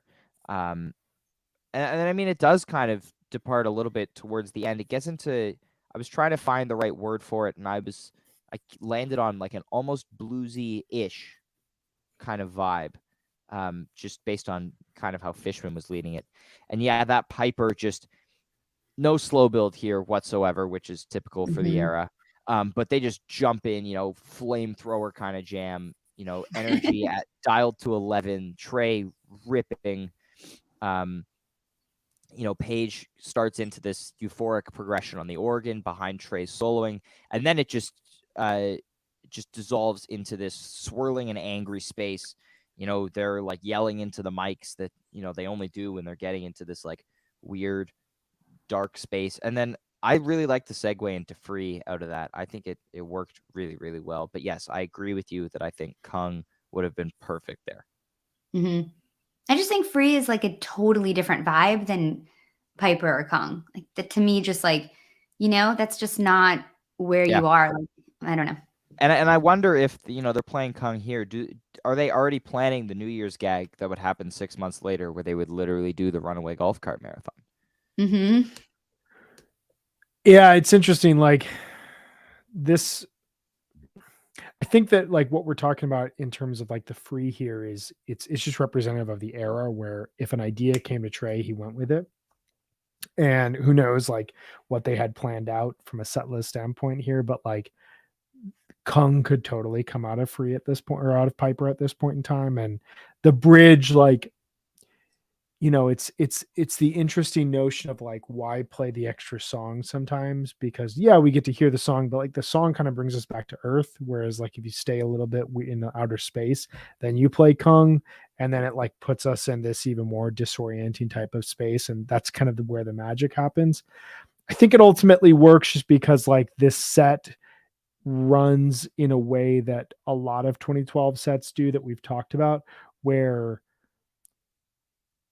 as long as, and it's hard for them to achieve this, and at this point they're starting to figure it out better than they have at any point in 3.0 to that point, is we can play a bunch of songs, but they're all going to flow in some way, and there's going to be more improv stuck between songs, even if it's not like a full jam. And so you get it out of this Piper and it is Free. It's a little bit more of an extended intro. The Free then kind of fades out into Kung. Kung goes into Harry Hood, and you hear kind of Kung teases there. Plus Cavern does the same thing into David Bowie. So like I think in a sense it works, but I agree with you ultimately. Like this set, there is an alternate universe where it's like Axla 2 into Light, into Kill Devil Falls, into Swept Away, Steep, Piper, Kung, Hood, and that's probably it. And then Cavern Bowie is your encore. That's like what setlist dreams are made of. I think that's what we would get now, right? Like exactly. Now they're so comfortable, like diving deep into a space like that and exploring it. They're not quickly switching gears or eager to kind of move on. So I think, we've gotten really spoiled. And, I think you mentioned the first night of SPAC, in your opinion, being the best of this leg. I think this show has the most compelling improv of any of the ones on this leg. The other ones you had one or two jams that kind of got out here. I think this is the first one that we've heard with multiple jams, with at least this number of multiple with really high quality improv happening. And yeah, I think just this set works really, really well. I didn't mention before, Megan, I totally agree with you. I love Swept Away Steep as a mid-second set cool down. You know, if only every version was like the Baker's Dozen one. But I don't think we could handle that kind of power. But yeah, it's a really, really fantastic way to close out the leg, I think. Well, And before we Yem, close out, also a Yem. well, I was going to say before we close out the leg, we have to talk quickly about the Yem. And the Yem, version wise, it's fine. It's an encore Strong Yem. It's great. But I wanted to notate, and this was something that didn't strike me until I was looking back at this. So between March 6, 2009 and early June 2011. So basically two and change years, but you know, a lot of Fish shows in early 3.0. Yem was on a 5-show rotation, 4 to 5 show rotation, very, very tight. There were a lot of moments where they would play Yem to close out the Friday night second set, as well as the Sunday night second set of a tour, because they, of a run, because they, not like a 3-night run, but like they'd play one venue on a Friday, one venue on a Sunday type of thing, because it was so sentimental to them. It was such a meaningful song. And Trey famously said, like, you know, he would do whatever to play Yem every single day. I believe he said he would give his left nut to play Yem 5 times a day for the rest of his life or something. Yeah. Which he nearly did the latter part of that. We were hearing a lot of You Enjoy Myself. Starting in 2011, it starts to expand out of the rotation. You get an 8-show gap between 6/5/11 and 6/17/11, and then a 10-show gap between 6/17/11 and 8/10/11. But it really starts to happen here. We get it on 12/29/2011. Then there's a 12-show gap, 6/23/2012. It doesn't show up until midway through the first leg of Summer Tour. From there, it's not played again until this moment, 7/8/2012, a 10-show gap. From here, it's going to start to expand outwards of the rotation. We're going to hear it less and less. It's not going to be the reference point that they need to make to kick off or to celebrate every single run that they have. But there's a significant moment of them choosing to play Yem in this slot here. And it's something that was very touching in the moment. It really showcased, like, hey, we cared a lot about this tour, but also we recognize, like, we played a lot of different songs, and there's a lot of songs that we didn't play as much as we have in the past. Just know we love those songs, and Yem is the song that we love more than any of those. So I found that to be really notable, just, you know, going back and remembering that, because that ended up being just like a topic of chatter coming off of the overall run and the overall tour. I think that does it pretty much. I think we did a good job. So, yeah, that was fun. We're under 2 hours. That's pretty good. I'm proud of us. We did a good job going through this tour. So, before we break, Ryan's gonna be back with us in I'm just looking at our calendar now, just over a month, where we are going to talk about the August 2012 shows, just shy of Dick's. So we're going to go Long Beach all the way up to the Oklahoma City show that some people say may or may not have happened. Really quick question for you guys before we go there. Where are we at the end of leg 1, and what are your thoughts going into leg 2? I mean, I think that they're really feeling more confident now. I think, you know, thinking about where they came from in the end of 2011, where, you know, they had no fall tour, not a great New Year's run. And then they came back, I think, really looking for ways to reinvent themselves and get back to the things that make them great as a band. And I think this was a really good exercise for them. And I think they are in a really good place with starting to really listen to each other again and take risks. Yeah, and I think all those risks are really going to pay off in August. You know, I think this tour was really like let's try to shift things into place. So in August, you know, it's kind of like, and now everything's working, because, you know, you don't see a single song over 20 minutes, excluding Yem, on this leg, I believe. Like, the year to date, I don't think there was one on the first leg either. Or the first section of the first leg. We're confusing ourselves by splitting them into multiple episodes. But then you see, again, as you mentioned, a 25-minute rock and roll in the second set of the second leg. So they're immediately coming back in August, and they're like, we're going to drop the hammer. We're here. This stuff is starting to pay off. And I don't want to get too into that because I'm very excited to talk about it in June. But yeah, this was really, they're starting to take steps forward, expanding more on the Storage Jam themes from the year before a little bit. Those are still sticking around. And they're starting to get more comfortable, in shows again after, a kind of lackluster end to 2011 that will then continue on into the years following. But it's cool to hear. Agree with both of you. There's a lot of foundation that has been set. There's a renewed energy and a renewed sense of creativity that has come out of the 2012 first leg here in a way that we did not feel towards the end of 2011. So I am very excited to dive into August 2012. Ryan, thank you as always for hanging with us here. We will see you in a couple of weeks. All right. Thanks, See you Ryan. soon. Thank you so much for having me. Absolutely. We love having you. All right. And we will be back on Monday. We are bringing Ryan on from Trey's Guitar Rig. We are going to be talking through the ever-changing guitar tones and guitar setup from Mr. Trey Anastasio. And I'm really excited to dive into how his rig has changed since 2021 and how that's impacted jamming from the Mexico MSG and now potentially the first leg of Summer Tour standpoint. So we'll see you back here on Monday, May 16th at 4:30 p.m. Eastern. Before we go, we want to tell you really quickly, once again, about Sunset Lake CBD. Meg, do you want to handle this? Absolutely. Sunset Lake CBD is a majority employee-owned hemp farm located just outside of Burlington, Vermont. For years, they were a dairy farm producing milk for Ben & Jerry's ice cream. And in 2019, they diversified and started growing hemp for CBD. Sunset Lake CBD embraces Vermont's tradition for land stewardship by using sustainable and regenerative farming techniques. They build and protect healthy soils. They're 100% pesticide-free.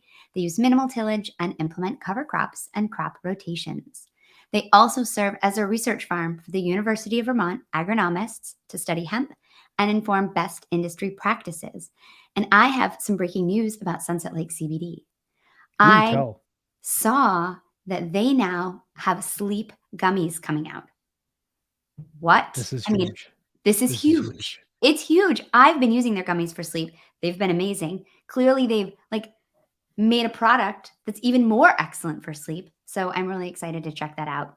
You can also check them out today at sunsetlakecbd.com and use the coupon code HFPod for 20% off all your products. Sunset Lake CBD, farmer owned, Vermont grown. We are also sponsored by Cash or Trade, which we want to inform you to utilize as you are purchasing tickets for this upcoming summer tour.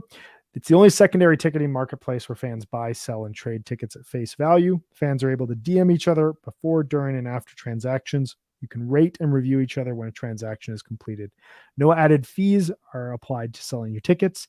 All sales are fully protected by Cash or Trade's trader protection policy, which guarantees your money back. Users can avoid purchase fees with a gold membership subscription. Visit cashortrade.org to learn more and use their service.